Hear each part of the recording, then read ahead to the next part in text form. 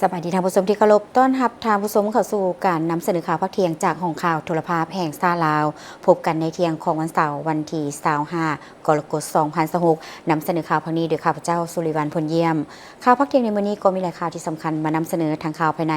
ข่าวต่างประเทศพร้อมด้วยข่าวกีฬาทางนี้จะไปที่พนาธานสอนไซศรีพันดอนนายกรัฐมนตรีได้เป็นประธานและชี้นำกองประชุมสัมมนาทิศทางและแผนพัฒนาเขตแคว้นซีแขวงภาคใต้เพื่อเสริมจอดเศรษฐกิจกับประเทศใกล้เคียงและภาคพื้นในวันที่23กรกฎาคม2026ที่แขวงจำปาสักได้จัดกองประชุมสัมมนาทิศทางและแผนพัฒนาเขตแคว้น4แขวงภาคใต้เพื่อเสริมจอดเศรษฐกิจกับประเทศใกล้เคียงและภาคพื้นโดยการให้เกียรติเข้าร่วมเป็นประธานของท่านสนไซศรีพันดอนนายกรัฐมนตรี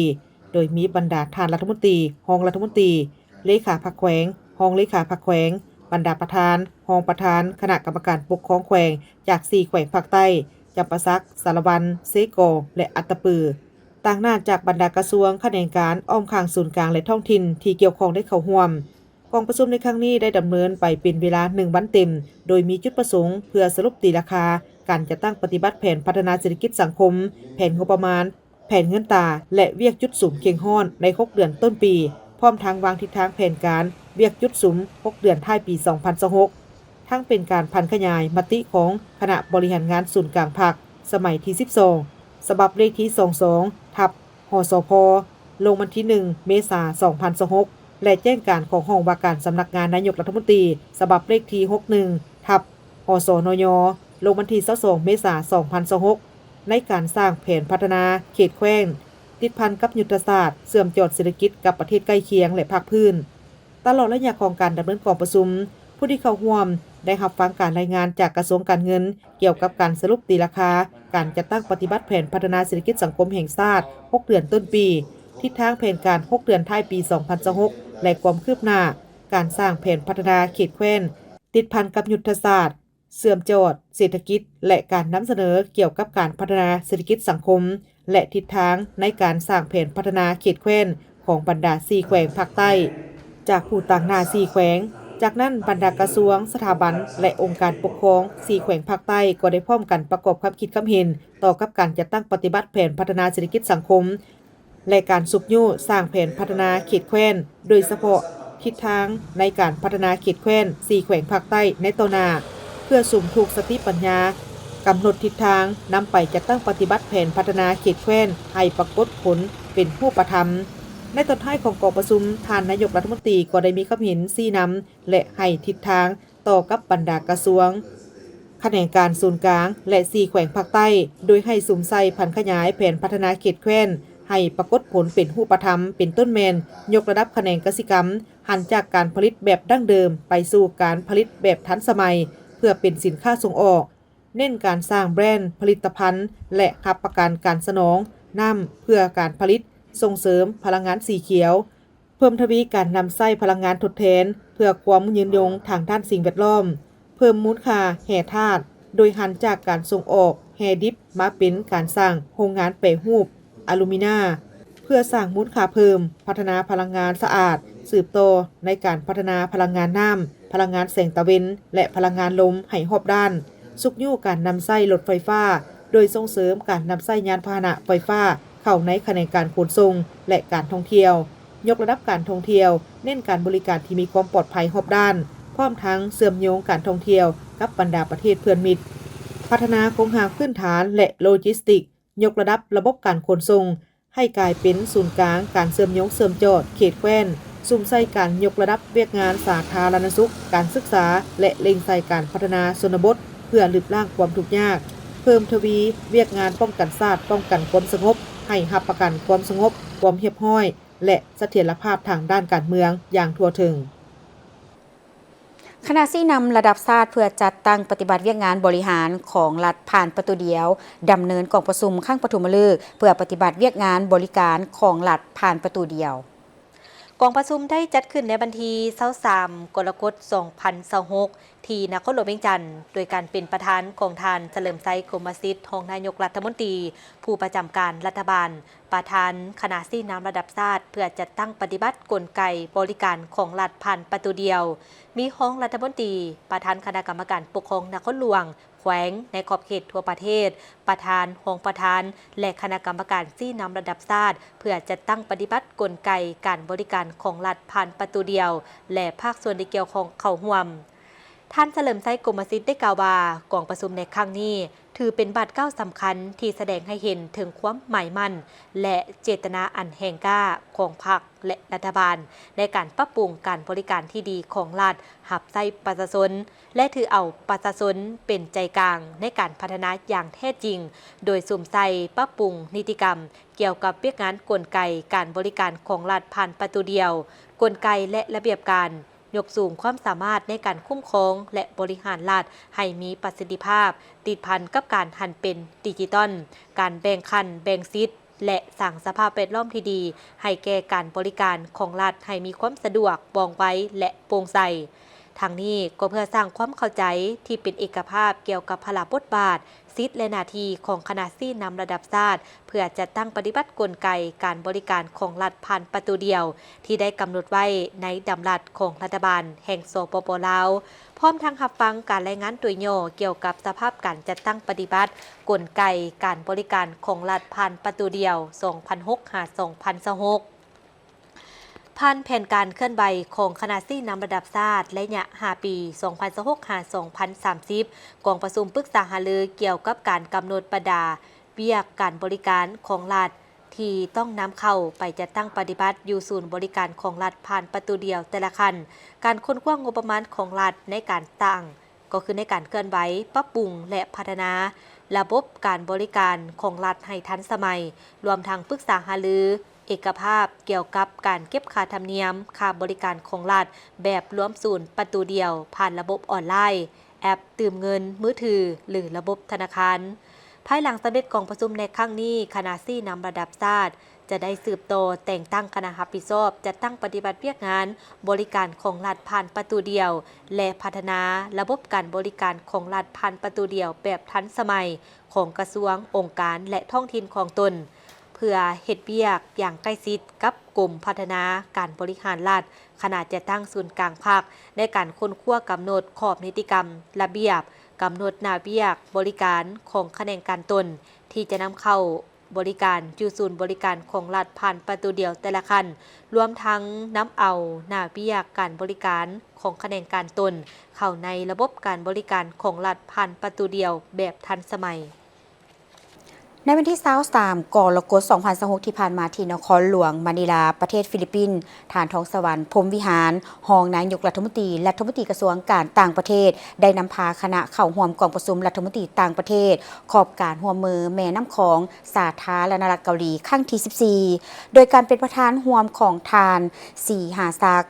พวงเกตแก้วรองนายกรัฐมนตรีกระทรวงการต่างประเทศไทยและทานรัฐมนตรีกระทรวงการต่างประเทศสาธารณรัฐเกาหลีซึ่งจัดขึ้นเคียงคู่กับกองประชุมรัฐมนตรีต่างประเทศอาเซียนครั้งที่59และบรรดากองประชุมที่เกี่ยวข้องในวันที่23กรกฎาคม2026ที่นครหลวงมะนิลาประเทศฟิลิปปินส์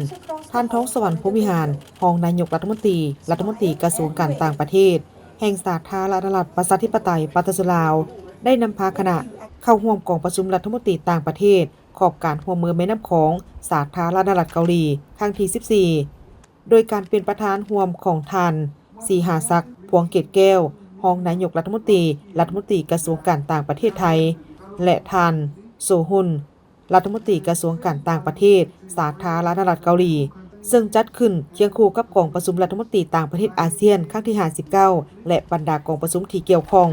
กองประชุมดังกล่าวมีรัฐมนตรีต่างประเทศและหัวหน้าคณะผู้แทนจากประเทศสมาชิกขอบการร่วมมือแม่น้ำของสาธารณรัฐเกาหลีประกอบด้วยกัมพูเชียสาธารณรัฐประชาธิปไตยปาตสุลาวเมียนมา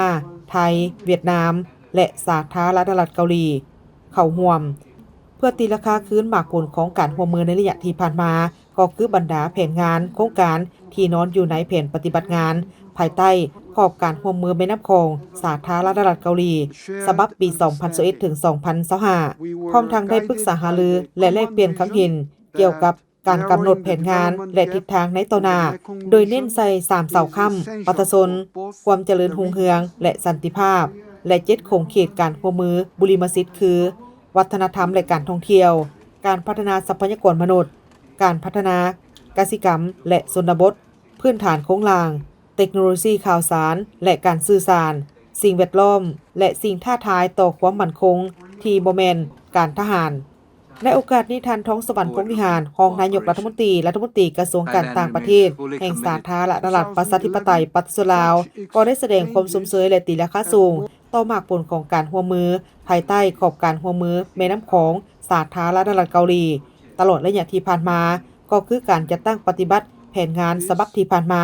ซึ่งได้ส่งเสริมการสร้างขีดความสามารถการพัฒนาทรัพยากรมนุษย์การร่วมมือทางด้านสาธารณสุขดิจิทัลสิ่งแวดล้อมและการพัฒนาชุมชนผ่านโครงการที่ได้รับการสนับสนุนจากกองทุน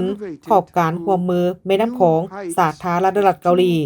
พร้อมเดียวกันนี้ก็ได้เสนอบางทิศทางและแผนการร่วมมือโดยให้เน้นความสำคัญต่อกับการพัฒนาทรัพยากรมนุษย์การพัฒนาทักษะด้านดิจิทัลการส่งเสริมการเติบโตสีเขียวพลังงานสะอาดการรับมือกับการเปลี่ยนแปลงของสภาพดินฟ้าอากาศการพัฒนาเวทีเครือข่ายธุรกิจดิจิทัล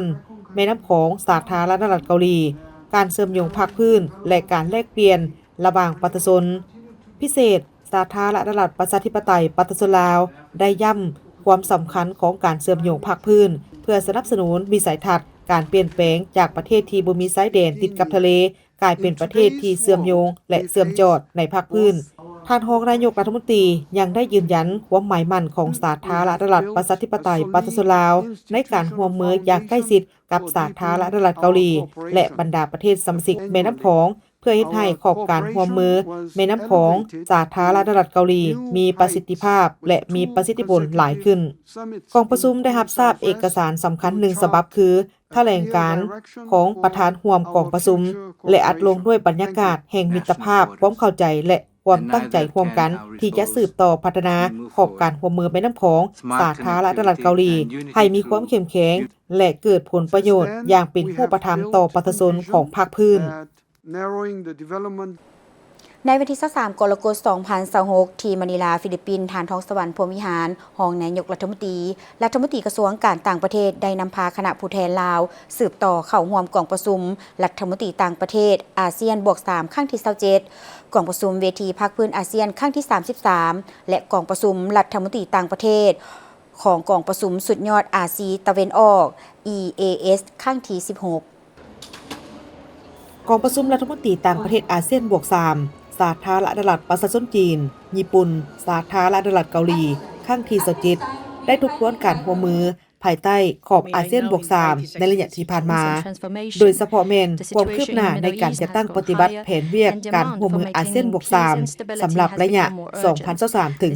2027พร้อมนี้กองประชุมยังได้เห็นดีสืบต่อหัดแน่นการร่วมมือทางด้านเศรษฐกิจความมั่นคงด้านเสบียงอาหารและพลังงานและท่ามกลางความบ่ได้นอนของภูมิศาสตร์การเมืองและภูมิศาสตร์เศรษฐกิจทั่วโลกหัดแน่นการร่วมมือเพื่อแก้ไขปัญหาอาชญากรรมข้ามชาติเป็นต้นแม่นการหลอกลวงทางออนไลน์การฟอกเงินและอื่นๆกองประชุมได้แสดงความยินดีต่อกับการรับน้องเอาแผนงานการร่วมมือทางด้านการท่องเที่ยวอาเซียน+3 2026ถึง2030เพื่อส่งเสริมการไปมาหาสู่ระหว่างประชาชนในภาคพื้น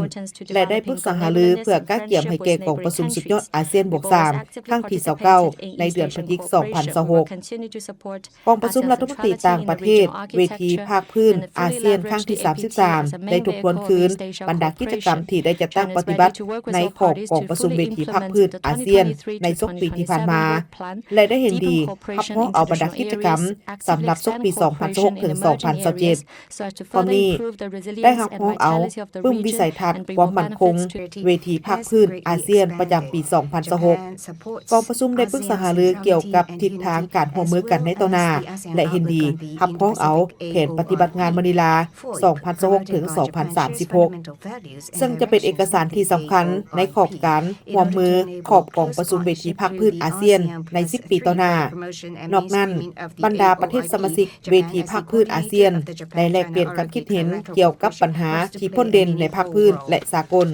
ที่มีความสนใจร่วมกันเป็นต้นสภาพการในตะวันออกกลางที่ได้ส่งผลกระทบต่อกับเศรษฐกิจความมั่นคงด้านพลังงานของภาคพื้นและในโลก การต้านอาชญากรรมข้ามชาติโดยเฉพาะการหลอกลวงทางออนไลน์การเปลี่ยนแปลงดินฟ้าอากาศและอื่นๆกองประชุมยังได้รับพ้องเอาอังกฤษเข้าเป็นประเทศสมาชิกใหม่อันดับที่28ของเวทีภาคพื้นอาเซียนกองประชุมรัฐมนตรีต่างประเทศอาเซียนของกองประชุมสุดยอดอาซีตะวันออก EAS ครั้งที่16ได้ปรึกษาหารือและทบทวนคืนความคืบหน้าการจะตั้งปฏิบัติบรรดากิจกรรมภายใต้แผนปฏิบัติงาน EAS ศกปี 2024 ถึง 2028 กองประชุมเห็นดีสืบต่อเพิ่มทวีการร่วมมือในขงเขตการต้านอาชญากรรมข้ามชาติการเสื่อมโจทย์และการหันเปลี่ยนสู่พลังงานสะอาดสาธารณสุขการฟื้นฟูภัยพิบัติและการพัฒนาทรัพยากรมนุษย์การสร้างความอาจสามารถทางด้านดิจิทัลและการศึกษาระดับสูงพร้อมนั้นกองประชุมยังได้ปรึกษาหารือเพื่อกะเกี่ยมให้แก่กองประชุมสุดยอด EAS ครั้งที่21ที่จะจัดขึ้นในเดือนพฤศจิกายน 2026 รวมทั้งการเสนอบรรดาเอกสารผลกองประชุมสุดยอดดังกล่าวได้มีกองประชุมสรุปการจัดตั้งการเคลื่อนไหวเวียกงานใน6เดือนต้นปีและวางทิศทางแผนการ6เดือนท้ายปี 2026 ของกองทุนพัฒนาวิทยาศาสตร์และเทคโนโลยีกระทรวงศึกษาธิการและกีฬากองประชุมจัดขึ้นในตอนบ่ายของวันที่23กรกฎาคม 2026 ที่ศูนย์ IC ที่กระทรวงศึกษาธิการและกีฬาภายใต้การเป็นประธานของท่านรองศาสตราจารย์ปริญญาเอกทองสฤทธิ์มังหนอเมฆรองนายกรัฐมนตรีกระทรวงศึกษาธิการและกีฬาพร้อมโดยพนักงานที่เกี่ยวข้องเข้าร่วมในโอกาสดังกล่าวนี้ท่านทองสฤทธิ์มังหนอเมฆได้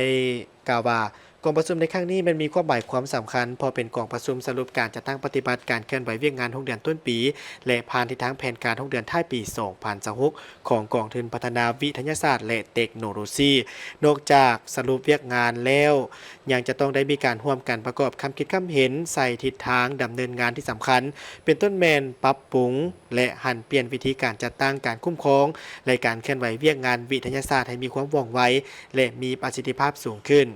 พร้อมกันนั้นก็เอาใจใส่ในการบ่มเพาะการก่อสร้างและการส่งเสริมกำลังนักวิทยาศาสตร์หุ่นใหม่โดยเฉพาะแมนไว้หนุ่มทางสูงยู่ให้สถาบันการศึกษา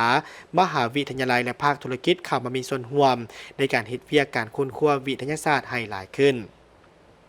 มอบให้คณะกรรมการวิชาการเพิ่มความเข้มงวดในการกวดกาพิจารณาและคัดเลือกหัวข้อค้นคว้า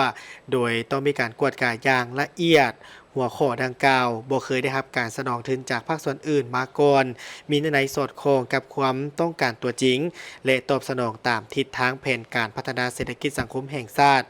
มอบให้หัวหน้าและองค์การจัดตั้งคณะรับผิดชอบเอาใจใส่ในการคุ้มครองโครงการอย่างเข้มงวดตามระเบียบหลักการและเงื่อนไขของกองทุนโดยเฉพาะแม่นเวียกงานการเฮ็ดบทรายงานงบประมาณและแผนการจัดตั้งปฏิบัติแต่ละระยะให้ถูกต้องและทันเวลาซึ่งปัจจุบันนี้พรรคและรัฐบาลมีความเอาใจใส่สูงเป็นพิเศษต่อกับการส่งเสริมเวียกงานวิทยาศาสตร์เทคโนโลยีและนวัตกรรมทัศนะดังกล่าวได้แสดงออกอย่างชัดแจ้งในแนวทางนโยบายแผนยุทธศาสตร์กฎหมายและแผนพัฒนาเศรษฐกิจสังคมแห่งชาติในแต่ละระยะซึ่งย้ำใดก็เล็งใส่ในการพัฒนาทรัพยากรมนุษย์และการสร้างพื้นฐานโครงสร้างสำหรับการค้นคว้าการพัฒนาอันพ้นเด่นที่สุดก็แม่นการเสื่อมสานเวียกงานวิทยาศาสตร์เทคโนโลยีนวัตกรรมเข้ากับแขนงการหลักเพื่อเป็นการเสริมสร้างความเข้มแข็งเป็นต้นแม่นแขนงศึกษาธิการและกีฬาแขนงเทคโนโลยีและการสื่อสารแขนงอุตสาหกรรมและการค้าและแขนงอื่นๆพร้อมกันด้านรัฐบาลยังได้สร้างนิติกรรมเป็นบอนอิงอย่างครบถ้วนโดยมีกฎหมายว่าด้วยวิทยาศาสตร์และเทคโนโลยีเป็นกฎหมายแม่ตามด้วยนิติกรรมรุมกฎหมายอีกหลายฉบับและดำรัสว่าด้วยกองทุนพัฒนาวิทยาศาสตร์และเทคโนโลยีซึ่งเป็นบอนอิงสำคัญสำหรับการค้นคว้าและการยกสูงบทบาทของนักค้นคว้าวิทยาศาสตร์ในสังคมหมดเวลาสำหรับข่าวภาคเที่ยงเพียงเท่านี้ขอบใจทุกท่านที่ให้เกียรติติดตามรับชมโฆษกความด้วยทีมงานข่าวต้องขอลาทานผู้ชมไปก่อนสบายดี